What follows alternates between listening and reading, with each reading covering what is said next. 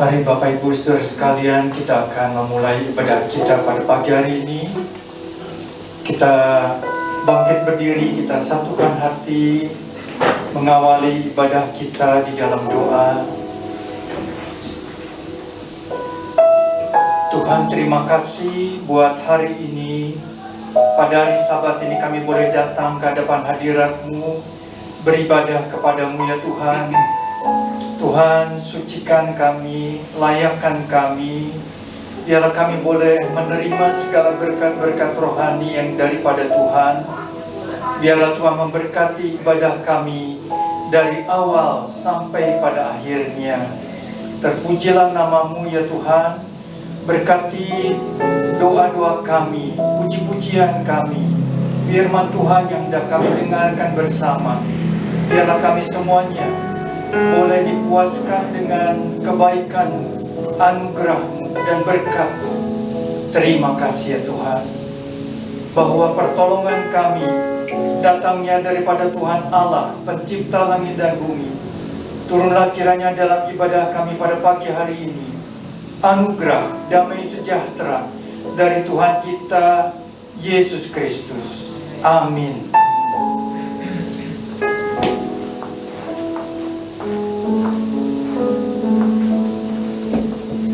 Shalom Bapak Ibu. Shalom. Baik yang ada di onsite maupun yang ada di rumah atau secara online, kita bersyukur kita bisa berada di tempat ini untuk beribadah. Mari kita siapkan hati kita. Kita angkat pujian. Here I am to worship.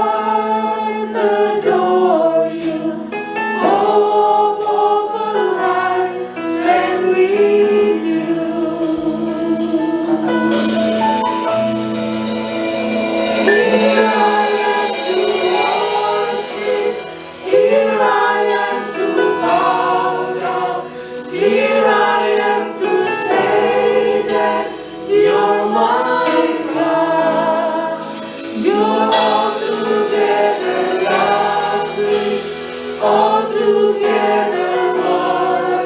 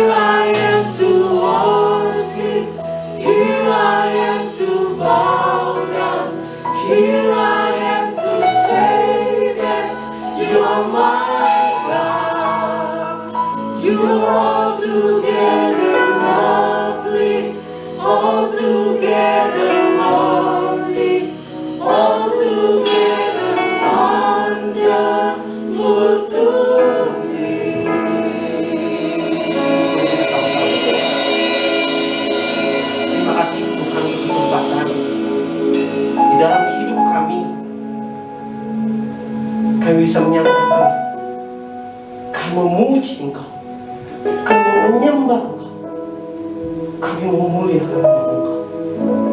Tuhan, ini kami di tengah keterbatasan kami, keberdosaan kami, kami mengaku ya Tuhan, kami orang berdosa. Kami tidak layak ya Tuhan di hadapan Engkau.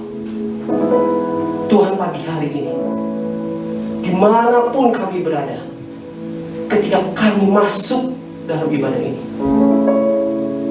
kami mohon ampun ya Tuhan dari segala dosa kami. Biar kami dapat dilayakkan mengikuti ibadah ini, baik dalam pujian, dalam doa, dalam firman Tuhan yang akan kami dengar. Biarlah Engkau yang pegang setiap kami, beracara dalam hidup kami, dalam setiap orang yang mengikuti ibadah ini. Engkau beracara ya Tuhan. Terimalah segala pujian, doa, dan hormat kami pagi hari ini. Hanya di dalam nama Tuhan Yesus kami bersyukur dan berdoa. Amin. Silakan duduk Bapak Ibu. Mazmur 133. Sungguh alangkah baiknya, sungguh alangkah indahnya bila saudara semua hidup rukun bersama, seperti minyak di kepala Harun yang kejanggut dan jubahnya turun, seperti embun di bukit Hermon mengalir ke bukit Sion. Mari Bapak Ibu kita dapat pujian ini sebagai komitmen kita, sesama kita rukun dengan Tuhan kami seiman. Sungguh alangkah baiknya. Kita tepuk tangan ya.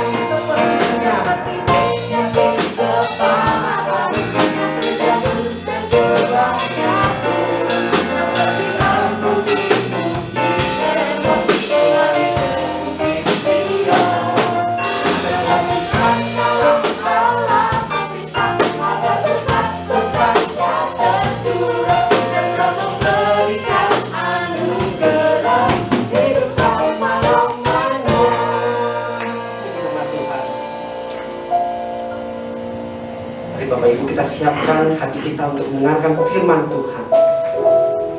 Biarlah dalam hidup kita, dalam kehidupan keluarga kita, kehidupan dengan teman-teman seiman, kita nyatakan, aku mengasihi Engkau Yesus.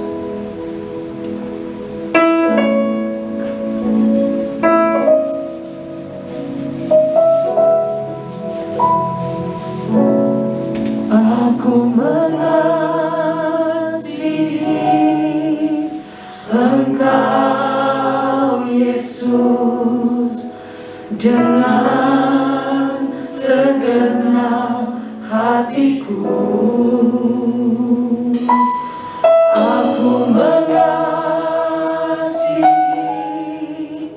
Engkau Yesus dengan segenap jiwaku. Ku renungkan firman-Mu siang dan malam, ku pegang perintah-Mu dan ku lakukan. Engkau tahu ya Tuhan, tujuan hidupku hanyalah untuk menyenangkan hati-Mu.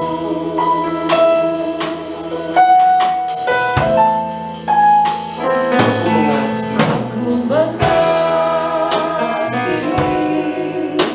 Engkau Yesus dengan segenap hatiku.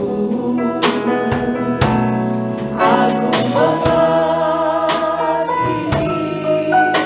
Engkau Yesus dengan segenap jiwaku. Renungkan firman-Mu siang dan malam, ku pegang perintah-Mu dan ku lakukan. Engkau tahu ya Tuhan, tujuan hidupku hanyalah untuk menyenangkan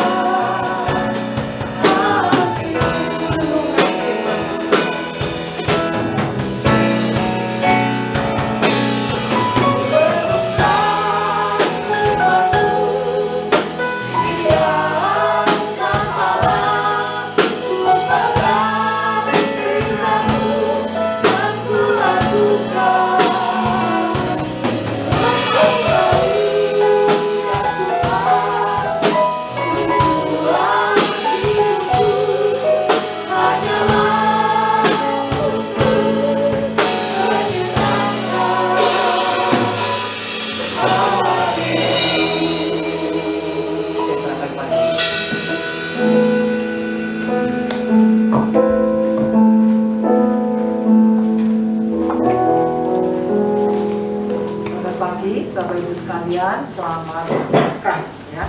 Pastinya tadi. Oke. Ya, mari kita akan masuk dalam doa sebelum kita mendengarkan firman Tuhan ya. Terima kasih Tuhan, kalau kami boleh memperingati akan kebangkitan-Mu dan kami boleh mengalami kuasa kebangkitan-Mu yang tetap sama dulu, sekarang, dan sampai selama-lamanya. Kuasa kebangkitan yang membawa mujizat di dalam kehidupan setiap anak-anak Tuhan yang senantiasa berharap kepada Tuhan. Pagi ini Tuhan, biar kiranya Engkau berbicara kepada kami pribadi lepas pribadi, supaya kami boleh dikuatkan oleh kebenaran firman Tuhan, supaya kami boleh menjadi bukan sekedar pendengar yang baik, tapi kami boleh menjadi pelaku firman yang baik.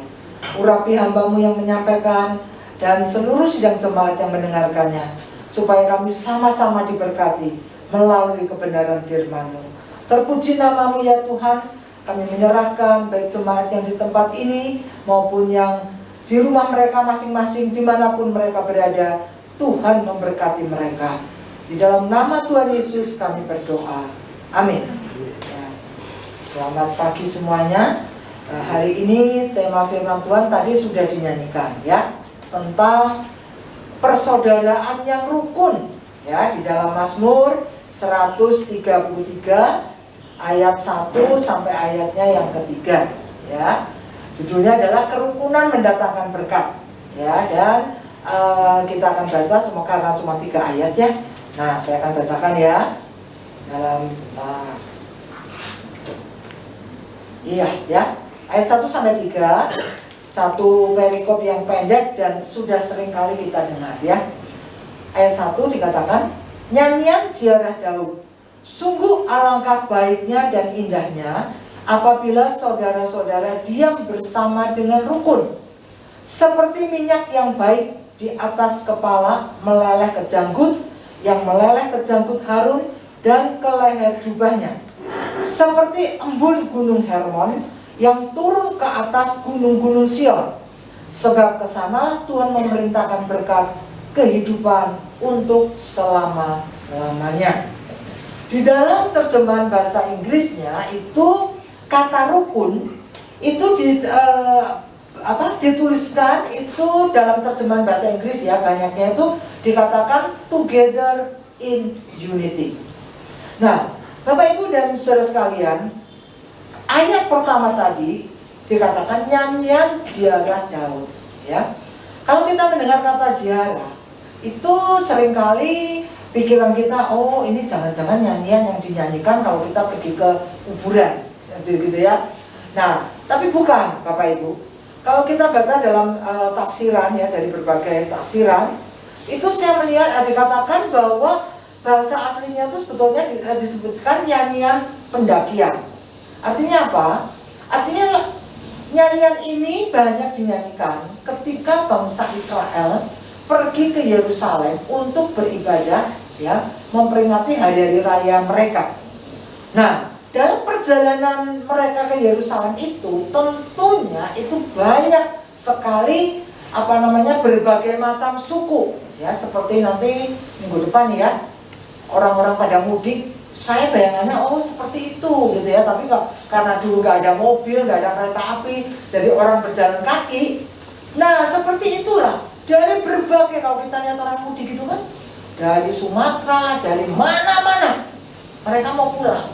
Nah, dalam perjalanan itulah mereka menyanyikan nyanyian pujian ini ya. Dan Daud itu dia mengatakan sungguh alangkah baiknya dan indahnya apabila saudara-saudara diam bersama dengan rukun. Nah, kata alangkah baik dan indah itu enggak, kalau dalam bahasa Inggrisnya itu dikatakan tadi itu how good and how pleasant. Jadi indah itu diartikan tuh menyenangkan, bukan sekedar indah kelihatannya ya. Wah dia keluarganya, wah nih orang kaya nih ya, kelihatannya waduh indah banget gitu ya, sekeluarga, enggak. Tapi dikatakan itu how pleasant, betapa menyenangkannya gitu ya, ketika satu together in unity. Nah, arti together in unity itu tidak sekedar ya, artinya itu kan bersama-sama dalam kesatuan ya. Itu tidak sekedar bersama-sama. Jadi Daud itu menerangkan bahwa ketika kita together in unity itu nggak sekedar kita pergi sama-sama ya, kita sepakat, kemudian kita seragam, mungkin seperti yang gambar itu ya, drum band gitu ya. Jadi sama-sama, sepakat, seragam. Kata together in unity, kata kerukunan itu nggak seperti itu. Tapi di dalamnya itu ada yang namanya tuh trust. Ya, kita percaya satu dengan yang lain. Ya.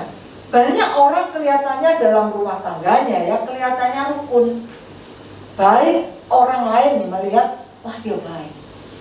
Tapi sebetulnya di dalam rumah tangga itu nggak ada trust, nggak ada saling percaya. Bapak Ibu, saya sungguh antara sedih ya, sedih, kemudian juga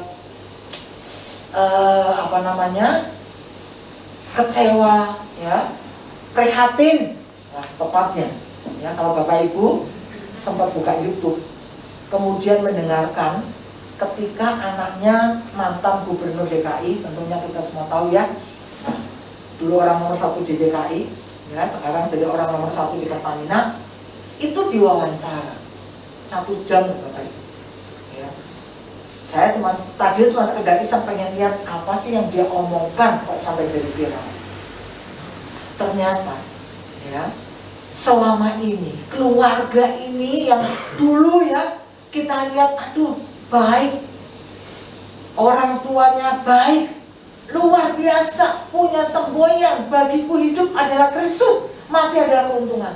Ternyata di dalam rumah tangga yang kelihatannya baik dan indah itu tidak ada keindahan di dalam. Makanya terjemahan bahasa Inggris saya yakin itu lebih tepat, karena dia terjemahkan itu dengan menyenangkan. Gak semua sesuatu yang indah itu menyenangkan. Anak ini ketika diwawancara, kamu setuju gak papa mama kamu cerai? Dia katakan dengan sangat lugas, sangat setuju. Kenapa? Buat apa dalam keluarga kalau tiap hari berantem? Mendingan cerai. Jadi mereka masing-masing punya kebahagiaan. Ketika dia ditanya, ya, kalau kamu nanti menikah, kamu punya istri yang mau seperti apa? Saya nggak akan nikah. Loh, kenapa? Bagi saya nggak mau mengalami penderitaan seperti yang orang tua saya itu alami. Kebahagiaan yang semu, dia katakan. Lalu cocok lagi sama si pewawancaranya. Kalau seandainya nih kamu nih punya pasangan hidup, ya, kira-kira kriterianya seperti apa sih yang kamu tuh suka, gitu ya? Dia katakan, kalau saya punya pasangan hidup, saya mau yang nurut, ya, harus yang nurut. Karena kalau nggak nurut pasti terjadi pertengkaran, ya. Ibaratnya, makanya itu jadi viral. Ibaratnya, nggak apa-apa pembantu, asal bisa dibawa keranjang. Bayangin saudara, seorang Kristen, anak seorang tokoh masyarakat. Tapi kata-katanya, makanya ya, orang itu ya kalau punya kepahitan, itu setiap perkataan yang diucapkan itu mencerminkan apa yang di dalam hati itu. Dia katakan nih, bodoh aja wanita tuh kalau mau pacaran sama pria. Pria itu kan buaya darat, buaya itu tajam. Dia kalau mau pacaran dengan pria, berarti dia siap untuk disakiti. Nah banyak wanita itu yang pengennya pacaran dengan buaya tapi gak mau disakiti. Bayangin saudara, aduh ngomongnya tuh sangat-sangat gak enak banget selama wawancara itu. Jadi dia melihat ya sosok keluarganya dia yang bagi orang lain itu, dia katakan, pewawancaranya dia tanya lagi, apa sih yang kamu dapatkan dari orang tua kamu, gitu ya, sehingga kamu ini kok rasanya punya kepahitan? Ya, karena orang tua saya satu memaksa saya masuk sekolah kedokteran. Kenapa? Karena dulu kaum saya nggak berhasil nyuruh papa saya ini masuk kedokteran. Jadi akhirnya dia nyuruh saya. Ya udah saya jalanin, it's okay, kata dia gitu. Ya. Lalu dia katakan, yang kedua, ya, orang tua saya ini sangat sibuk kerja. Jadi kami anak-anak ini kami nggak punya waktu bersama dengan keluarga. It's okay, kata dia itu. Saya suka diajak papa saya itu nonton film bioskop. Kalau ada film baru, ya itulah waktu-waktu saya bersama dengan papa saya. Ya, bisa dibayangkan. Ya, makanya kalau dikatakan ya sungguh alangkah baik dan indahnya. Itu nggak sekedar indah tuh, wah dia rumahnya bagus, mobilnya banyak, enggak. Daud mengatakan itu sungguh alangkah baik dan menyenangkannya apabila saudara-saudara itu diam bersama dengan rukun. Rukun di sini bukan berarti kita serumah ya, kelihatannya dari orang lain lihat rukun ya, pergi kemana-mana bareng, enggak. Ada nggak trust? Ada nggak kita tuh saling percaya, Bapak Ibu? Ya. Nah kita lihat ya ayat yang pertama. Tidak ada kerukunan. Di mana ada kerukunan, di situ pasti ada sesuatu yang baik dan menyenangkan. Ini ayat pertama. Ya, di mana ada kerukunan, Daud berkata, pasti di situ ada sesuatu yang baik dan menyenangkan. Bapak Ibu, saya itu ya baru kemarin ceritanya ke salon bukan karena apa namanya mau khotbah, bukan, ya. Saya tuh punya voucher itu harus dihabiskan. Nah, waktu di salon itu singkat cerita saya tuh ketemu teman saya. Aduh, Bapak Ibu, saya sungguh diberkati. Karena saya tahu teman saya ini tadi itu mau jual rumahnya dia. Rumahnya tuh masih tanah utama dia, ya. Nah, di jalan besar. Kemudian teman saya ini sudah ditinggal oleh suaminya. Nah, dia sempat nawarin ke saya sih. Saya bilang, aduh enggak lah, rumah mau dijual 9M dalam situasi pandemi seperti ini. Aku enggak, saya emang enggak niat beli. Nah ceritanya dia ke Australia nih, baru pulang. Lalu saya tanya, kirain saya kamu terus tinggal di Australia. Enggak lah, saya masih pulang ke Indonesia. Saya katakan, aduhku, Tuhan itu luar biasa. Teman saya ini tahun lalu suaminya meninggal, ya, karena COVID. Nah, kemudian biaya rumah sakitnya itu 162 juta. Dia nggak punya uang untuk bayar. Dia minta tolong adik suaminya. Dengan harapan nanti kalau rumahnya itu terjual, dia akan balikin 162 juta. Kemarin dia cerita, Tuhan itu luar biasa. Ya. Tuhan itu sangat luar biasa, tahu nggak? 2 bulan kemudian Bolomis telepon saya. Dia bilang, Bu, ini kami akan kembalikan 162 juta biaya perawatannya suami itu. Karena didiagnosa itu COVID. Dia tuh sampai antara percaya nggak percaya. Ya. Saya tuh sampai 2 bulan, bayangin, saya udah nggak punya harapan itu akan dikembalikan, itu dipulangin. Lalu saya katakan transfer ke adik ipar saya. Sampai adik ipar saya itu juga nggak percaya. Karena adik iparnya itu beranggapan si kakaknya itu tuh nggak COVID. Karena waktu terakhir kali itu masih makan bareng, gitu, masih ketemu bareng, dia nggak kena COVID. Gitu. Jadi dipikirnya si kakaknya itu bukan COVID. Gitu. Tapi rupanya rumah sakit memvonis COVID dan duitnya 162 juta itu pulang. Lalu dia katakan, kamu tahu nggak? Saya itu harus bayar utang suami saya 15M. Nah itu ada 2 rumah ya, yang dia tuh mesti jual. Yang satu nilainya 5M, yang satu 10M. Yang 5M itu sempat terjual tahun lalu, beberapa bulan setelah suaminya itu meninggal. Yang 10M ini utang bank. Dia berkata kepada bank, ya, berikanlah saya keringanan. Dia katakan gini, untungnya suami saya itu selama kredit bank itu nggak pernah nunggak, nggak pernah telat bayar. Jadi dia tuh bilang, boleh nggak saya itu cicil. Nyicilnya setiap bulan 500 juta kali 20 kali. Dia nggak ngerti gimana caranya bayar 500 juta, saudara, bukan 500.000, bukan 5 juta, bukan 50 juta, 500 juta per bulan selama 20 kali. Nah, singkat cerita, 5 bulan dia cerita, 5 bulan pertama aku bisa bayar. Bulan ke-6 saya udah bingung gimana cara bayarnya. Mantu saya tanya, Mi, gimana tuh nih Mi, tahun bulan depan kalau mau bayar yang 500 juta lagi. Saya tuh cuma bilang, dengan iman. Mantu saya bilang, Mi, bayar utang bukan dengan iman, dengan uang. Mantu saya itu bilang gitu ya, bayar utang bukan dengan iman, dengan uang. Gitu. Nggak tahu, Mami juga nggak ngerti. Teman-teman, maka dikatakan ya, sungguh alangkah baik dan menyenangkannya kalau saudara-saudara itu diam bersama dengan rukun. Artinya apa? Ada kesatuan hati, together in unity. Teman saya bilang, saya cuma bisa berdoa dengan anak mantu dan cucuku, dan cuma itu. Lalu di tengah-tengah pergumulannya dia tuh dia ada saudaranya jadi hamba Tuhan. Nah, khotbah tentang pelayanan di penjara. Saya tuh bisa tergerak ya untuk ngasih uang untuk pelayanan ini. Saya tuh bisa tergerak digerakkan Tuhan ngasih 1 juta untuk pelayanan di penjara ini.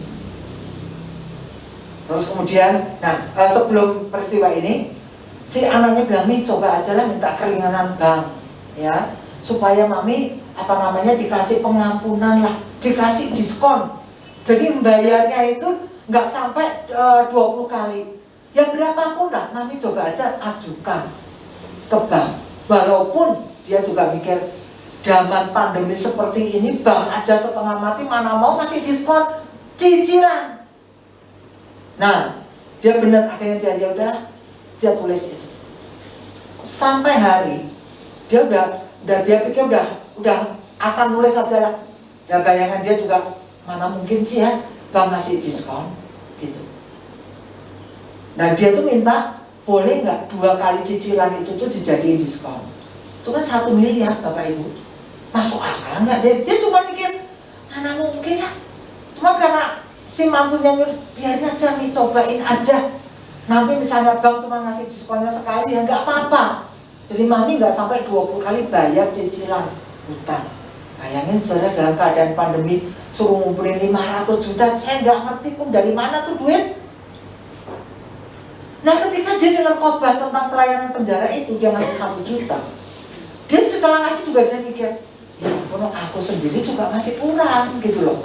Tapi kok Tuhan gerakin saya cuma ngomong ke pendeta ini. Ini buat pelayanan penjara ya Pak, pakai Tuhan yang nyuruhnya ngasih ke Bapak. Tahu nggak aku, Tuhan kita tuh luar biasa.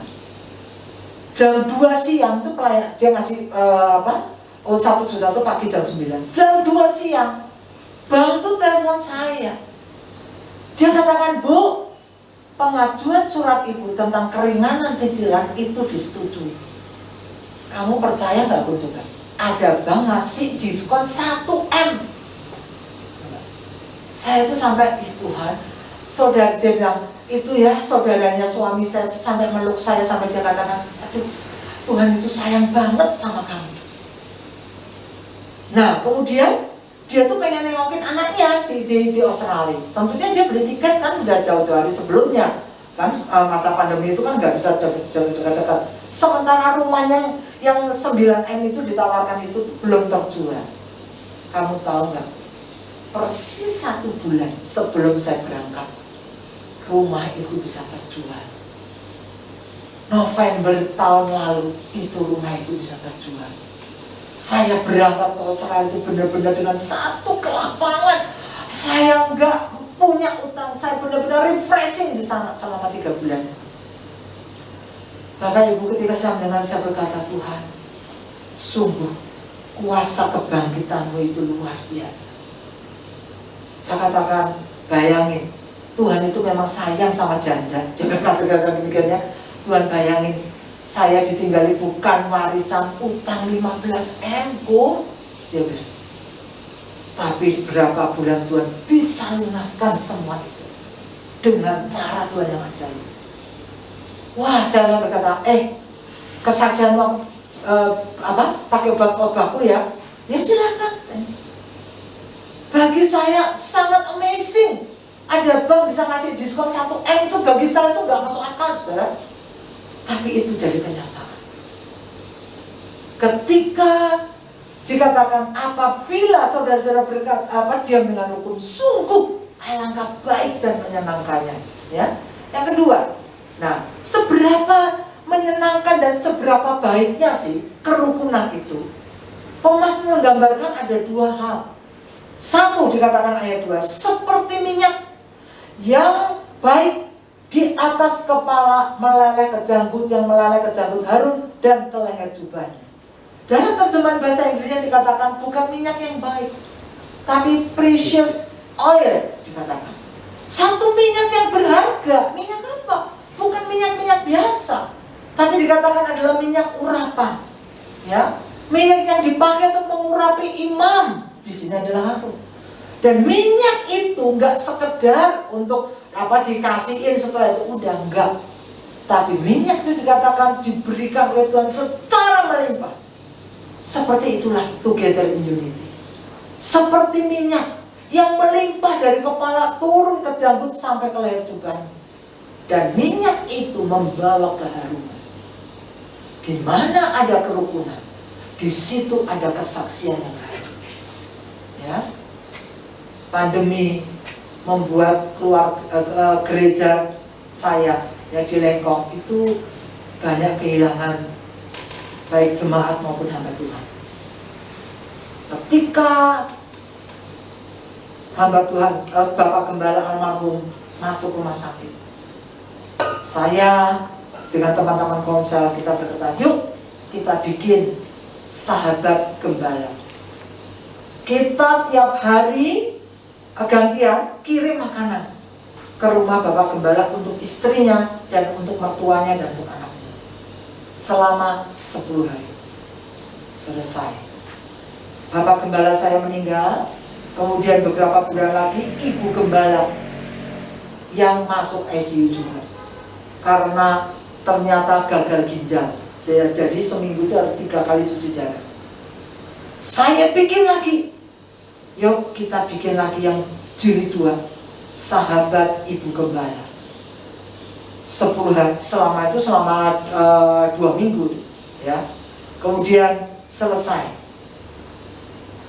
Dalam perjalanannya ya, ketika dia udah pulang, ternyata istrinya Pak Benianto ini sampai sempat nggak bisa jalan. Aduh, kasihan banget.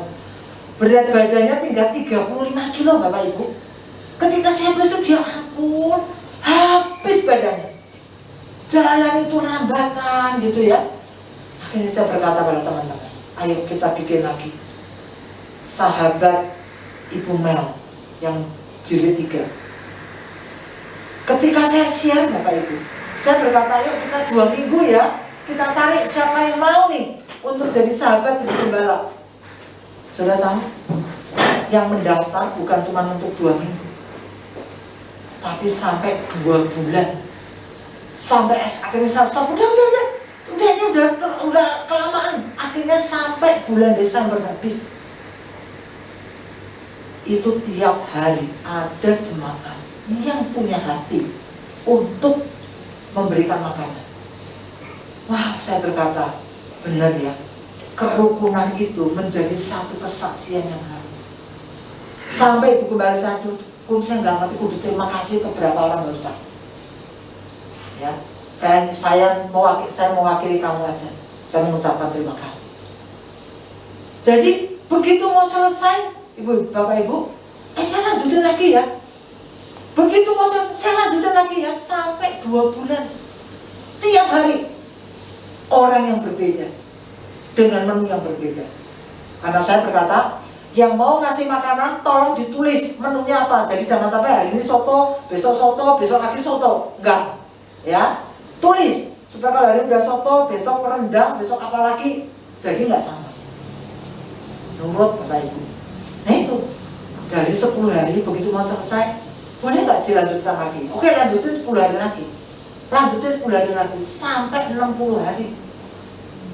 Saya berkata betul ya kata firman Tuhan. Di mana ada kesatuan, maka di situ ada kesaksian yang harum. Ya. Lalu yang berikutnya apa? Ya, kerukunan itu menjadi sumber berkat. Yang kedua itu adalah seperti embun. Tadi seperti minyak, ya sekarang seperti embun. Embun itu melambangkan apa sih Bapak Ibu? Kalau kita habis hujan malam ya, pagi-pagi berkabut ya, apalagi di sini ya, pasti lebih dingin ya. Saya di rumah saya aja, saya kalau di lantai 2 lihat habis malamnya hujan, pagi-pagi kabut. Aduh Tuhan, bagusnya ya. Itu tuh apa namanya, kabut itu menjadi embun yang ada di pohon-pohon, bagus banget.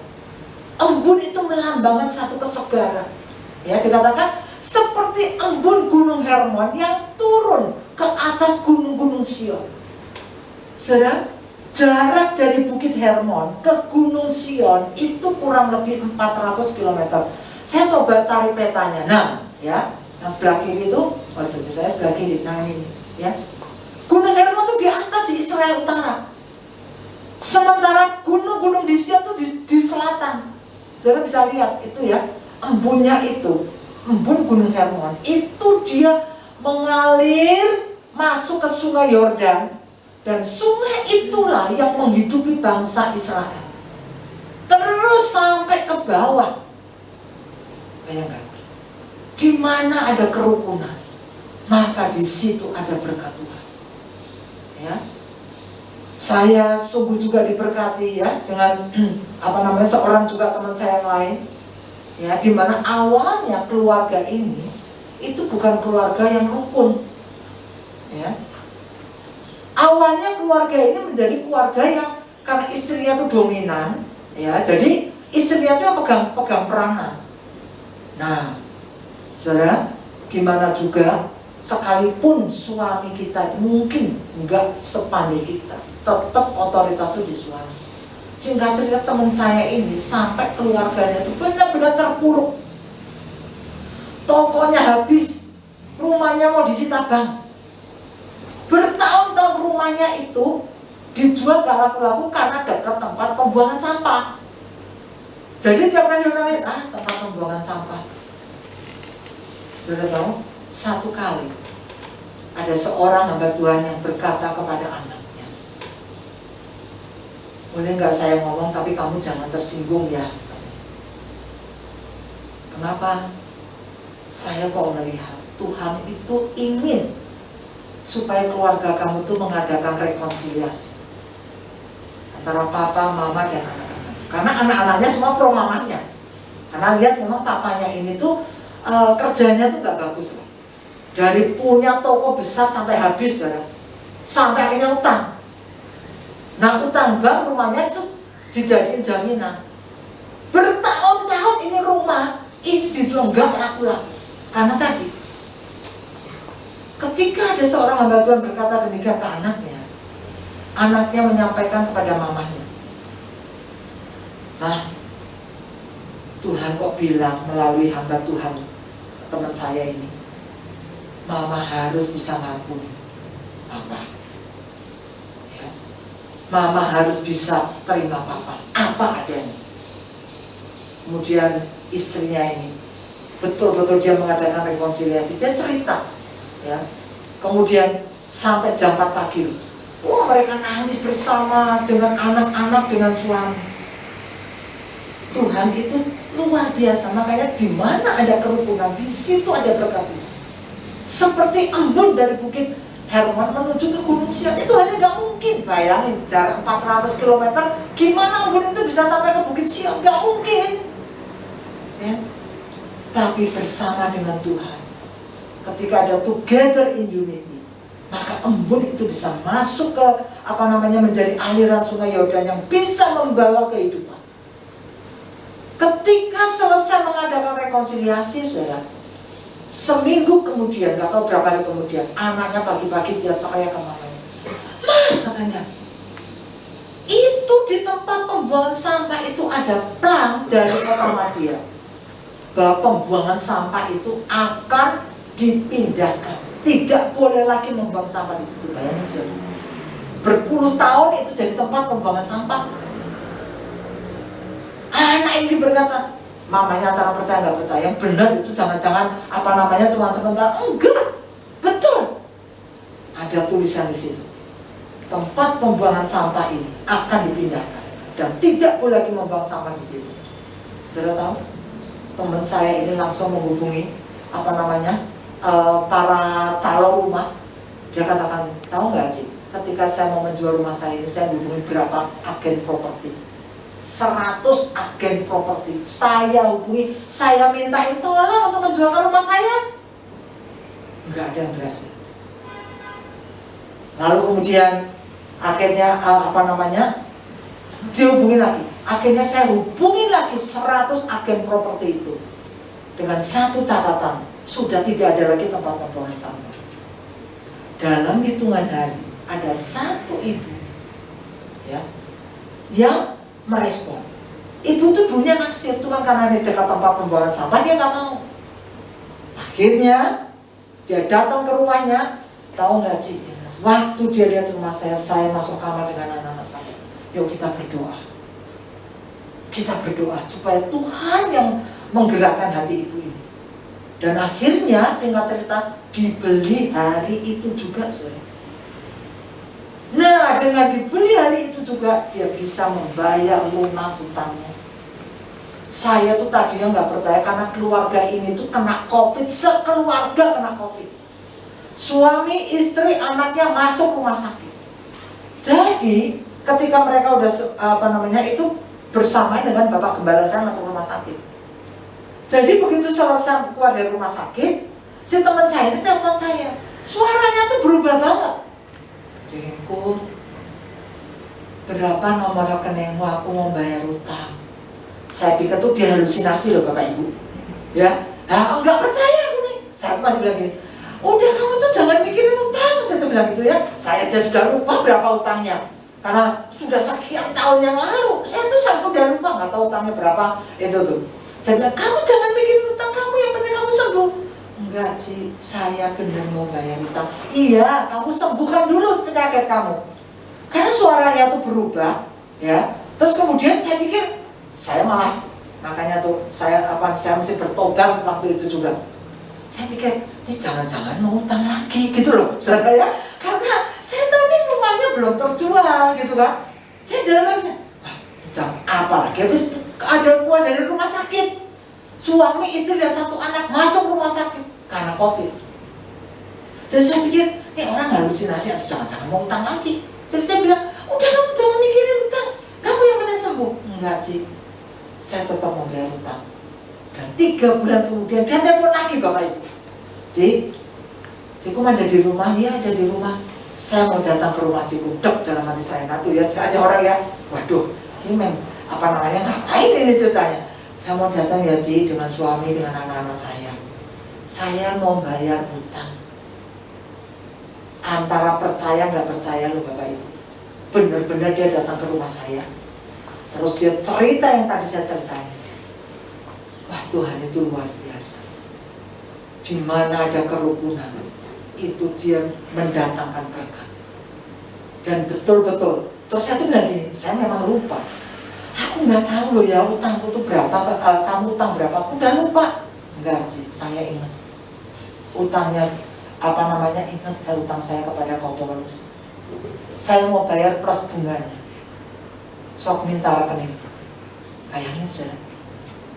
Di saat ketika guest house saya itu selama 3 bulan nggak ada tamu. Ketika saya juga perlu uang untuk bayar pegawai saya. Tuhan bisa kirim teman saya udah bertahun-tahun utang, nggak tahu saya jumlahnya berapa, ya. Bisa hari itu Tuhan kirim, dan dia bayar hutang sekian banyak. Saya kata bunganya nggak usah dibayar, pokoknya aja. Bener Ci, ini Cikum ini orang terakhir yang saya bayar hutang saya. Saya udah lunasin semuanya. Cikum ini orang terakhir, Paulus orang terakhir. Ya, terima kasih Pak. Bener, nggak pakai bunga, nggak usah sama bunganya. Orang saya nyebutin angkanya aja saya dalam saya. Wah dia jadi utang segitu banyaknya. Saya udah lupa Bapak Ibu, karena dalam pikiran saya nggak mungkin dia bisa bayar gitu loh. Melihat kesusahannya dia. Tapi Tuhan bisa pakai ini orang. Akhirnya dia bayar. Saya katakan ke suami saya, Tuhan dia luar biasa ya. Di saat kita juga perlu untuk bayar pegawai, nggak ngerti juga. Selama pandemi nggak ada tamu hotel, saudara. Dan saya nggak mem-PHK karyawan hotel kalau yang di hotel, ya. Karyawan yang di kantor saya hampir 60 orang loh kena PHK dalam pandemi tahun lalu. Bayangin, ada Tuhan bisa kirim orang untuk melunasi utang. Wah Tuhan, luar biasa. Ya, kerukunan itu mendatangkan berkat. Yang terakhir, ya. Kerukunan itu bukan saja menjadi berkat, mendatangkan berkat, tapi kerukunan itu diberkati oleh Tuhan. Dikatakan sebab kesana Tuhan memerintahkan berkat, berkat kehidupan untuk selama-lamanya. Tuhan perintahkan, saudara. Kita nggak usah nyari, Tuhan perintahkan. Kesaksian saya tadi, ya, nggak pernah kepikir bagi saya. Tuhan perintahkan. Kenapa?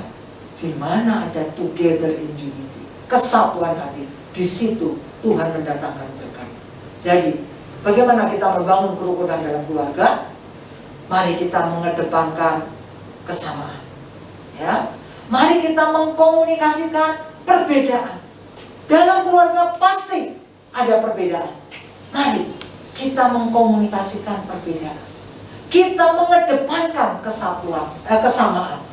Apa yang sama itu kita kedepankan, ya. Kita praktekkan karakter Kristus dan kerukunan itu harus diusahakan, ya. Tahun 2022 biarlah persaudaraan yang rukun, together in unity, itu menjadi tema keluarga kita. Sehingga ada kebaikan, sehingga ada keharuman, kesaksian yang harum, sehingga ada kehidupan, ya, yang Tuhan berikan kepada kita. Di dalam pelayanan. Ya, tanpa kesatuan tidak mungkin ada pelayanan yang maksimal. Kita semua berbeda-beda, ya. Tapi kalau kita punya kesatuan hati, maka itu akan mendatangkan berkat Tuhan. Teman bisa ditayangkan, saudara, kesatuan itu digambarkan ya seperti satu orkestra, ya, yang dengan berbagai macam pemain, ya, keahlian mereka masing-masing. Tapi ketika ada together in unity, kita mengedepankan persamaan, kita mengkomunikasikan perbedaan, maka itu bisa menjadi berkat. Ini satu orkestra yang unik sih, atau bisa ditayangkan ya dia dengan suaranya, ya, dengan berbagai macam pemain. Ya, silakan.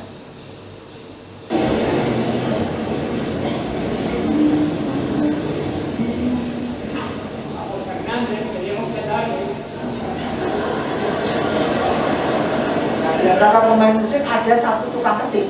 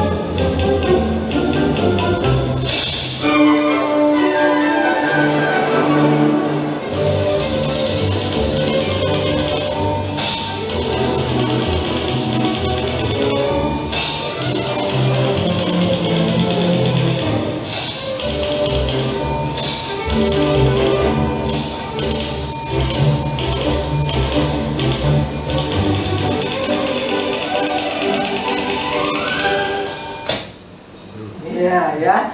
Nah, itulah gambaran sebuah kesatuan, together in unity. Di dalam keluarga kita, di dalam pekerjaan, di dalam pelayanan, ya, pasti ada orang-orang yang kalau kita bilangnya antik, ya. Tapi bukan berarti kita mengenyampingkan mereka, tapi mari kita mengedepankan kesamaan. Mari kita mengkomunikasikan perbedaan. Dan mari kita mempraktekkan karakter Kristus. Dan kerukunan itu harus diusahakan. Maka kita akan melihat di mana ada kerukunan, maka di situ ada sesuatu yang menyenangkan. Di mana ada kerukunan, di situ ada kesaksian yang harum. Di mana ada kerukunan, di situ ada berkat Tuhan. Dan di mana ada kerukunan, disitulah Tuhan memerintahkan berkat. Amin. Mari kita akan berdoa. Terima kasih ya Tuhan, kalau kami boleh belajar bagaimana kami together in unity, kebersamaan di dalam kesatuan hati. Karena itu mendatangkan berkat-berkat yang Tuhan perintahkan untuk datang di dalam kehidupan kami. Terima kasih Tuhan. Biar kiranya Tuhan persaudaraan yang rukun itu menjadi prioritas dalam hidup kami sebagai jemaat Tuhan, di dalam keluarga kami, di dalam pekerjaan kami, dimanapun kami berada. Biar kiranya Tuhan, kerukunan itu boleh menjadi prioritas dalam hidup kami. Sehingga ada kesaksian yang harum. Sehingga Tuhan, ada satu kesegaran, ada satu kehidupan, di mana orang boleh melihat anak-anak Tuhan berbeda. Terima kasih Tuhan, terima kasih. Meteraikan kebenaran firman-Mu, biar kiranya kami boleh menjadi pelaku-pelaku firman. Kami boleh mempraktekannya. Untuk kami Tuhan, melakukan satu together in unity di dalam keluarga kami, di dalam pelayanan, di dalam masyarakat, supaya kesatuan hati itu boleh mendatangkan berkat-berkat Tuhan dalam hidup kami. Terpuji nama-Mu Tuhan, di dalam nama Tuhan Yesus hamba-Mu berdoa. Amin. Amin. Saya serahkan kepada pengurus.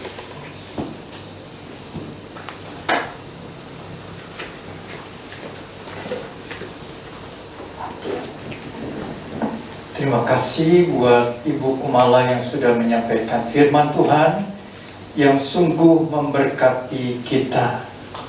Saudara sekalian, kita tahu bahwa dalam kehidupan kita seringkali kita mengalami ketidakrukunan dan juga perbedaan-perbedaan. Tetapi apabila kita mau membangun kerjasama yang baik, maka Tuhan akan memberkati kita. Terima kasih buat Ibu Kumala, hambanya yang setia, dan juga Bapak Paulus yang sudah senantiasa setia melayani. Pada minggu ini, seperti biasa ada ibadah doa pagi hari Rabu jam 6 sampai jam 7 pagi melalui Zoom. Dan pada Jumat ini sebulan sekali kita mengadakan doa malam jam 7 malam sampai selesai. Saya berharap Bapak Ibu saudara sekalian, para diaken bisa ikut bersama di dalam doa malam melalui Zoom hari Jumat. Minggu depan ibadah seperti biasa di tempat ini dan dilayani oleh saya sendiri. Kiranya Tuhan juga memimpin kita semua, boleh lebih setia melayani Tuhan, boleh merenungkan senantiasa firman Tuhan.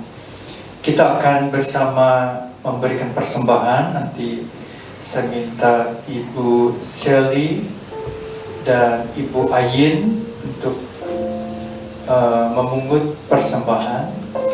Mari kita berdoa. Tuhan, terima kasih buat kebenaran firman-Mu yang telah disampaikan oleh hamba-Mu. Tuhan, hamba-Mu telah selesai berbicara.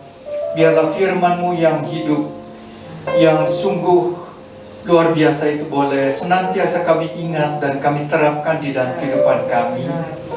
Tuhan, kami rindu menjadi orang-orang yang diberkati, bukan hanya kelihatannya, tetapi sungguh-sungguh kami mengalami dalam hidup ini bukan perkara jumlah materi yang kami miliki, tetapi kehidupan yang utuh, keluarga yang utuh, ada saling percaya satu dengan yang lain.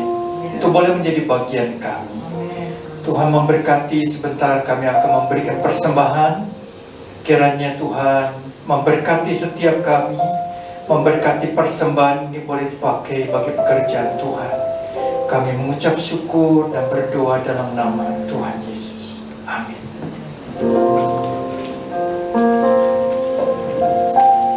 bertumbuh dalam kasih.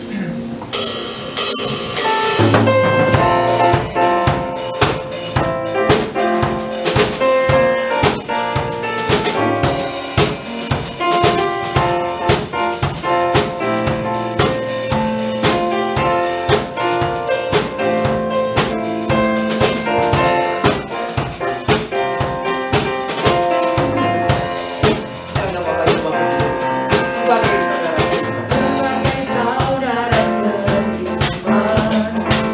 dalam Kristus, menyerahkan seluruh hidupnya demi kasih bersama. Kadang tawa, terkadang tangis, suka duka bersama. Yang kuat menanggung yang lemah dalam anugerahnya. Kita bertumbuh di dalam kasih, sehati sepikir setujuan melangkah bersama, supaya tercapailah nanti di hadapan kita. Siap sampai itu untuk hari esok, dan Tuhan dimuliakan melalui gerejanya.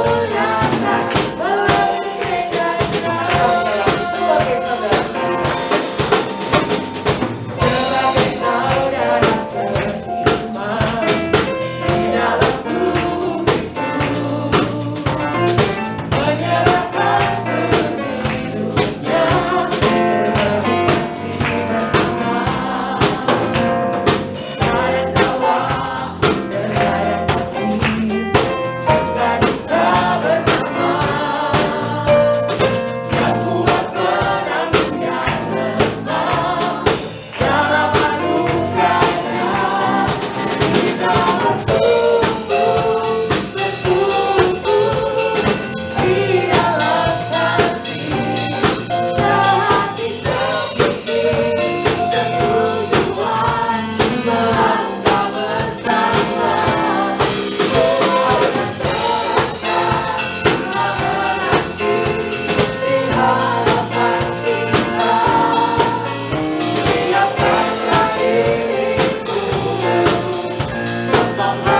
nanti di hadapan kita. Siapkanlah dirimu untuk hari esok, dan Tuhan dimuliakan melalui gerejanya.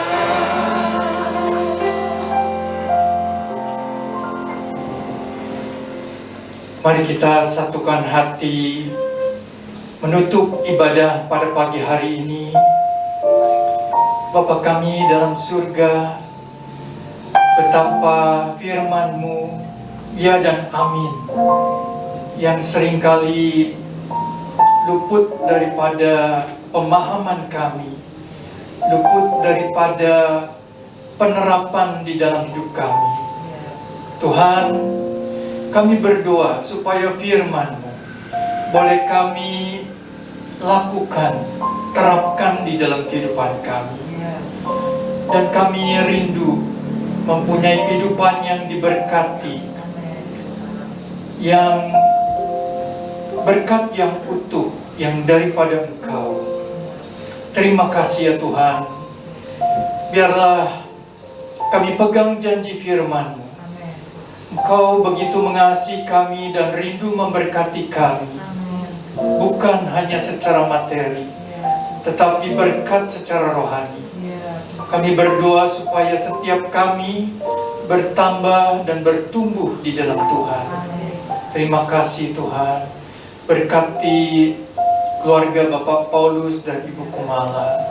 Berkati usaha mereka, pelayanan mereka, keluarga mereka, anak-anak, menantu, dan cucu-cucu.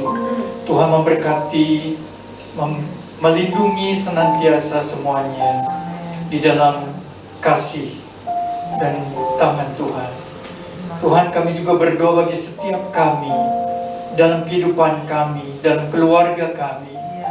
Tuhan, kami mengakui bahwa kami masih belum sempurna. Iya. Kami masih banyak kekurangan. Tetapi kami mau belajar terus. Kami mau mempersiapkan diri kami seperti mempelai yang kudus di hadapan Tuhan Yesus pada hari kedatanganmu nanti. Tuhan memberkati baik suami, istri, anak-anak, dan juga pekerjaan dan pelayanan kami semua. Terima kasih ya Tuhan. Berkati pada minggu ini banyak masyarakat Indonesia akan mudik pulang ke kampung halaman mereka. Tuhan memberkati supaya mereka diberikan kelancaran, keamanan, perlindungan daripada Tuhan, dan dijauhkan dari segala hal yang tidak diinginkan. Tuhan, kami berdoa supaya bangsa dan negara kami ini diberkati oleh Tuhan, baik secara ekonomi, baik secara sosial, politik, kerukunan beragama. Kami rindu negara kami yang besar ini boleh diberkati dan boleh banyak jiwa dimenangkan bagi kerajaan. Banyak gereja boleh melayani, menjangkau jiwa-jiwa yang belum mengenal Tuhan. Terima kasih ya Tuhan. Pakai kami sebagai saluran berkat. Kami juga membawa persembahan kami kepadamu. Berkati persembahan ini ya Tuhan, bagi hormat kemuliaan nama Tuhan. Berkati juga pelayanan para pemusik, pemuji pada pagi hari ini. Tuhan memberkati pelayanan mereka. Terima kasih Tuhan. Saudaraku yang kekasih, pulanglah dengan menerima berkat Tuhan. Kiranya kasih sayang dari Allah Bapa di surga, anugerah keselamatan dari Tuhan Yesus Kristus, dan pertolongan daripada Allah Roh Kudus menyertai saudara-saudara sekalian mulai saat ini sampai Maranatha. Tuhan Yesus datang kembali. Amin.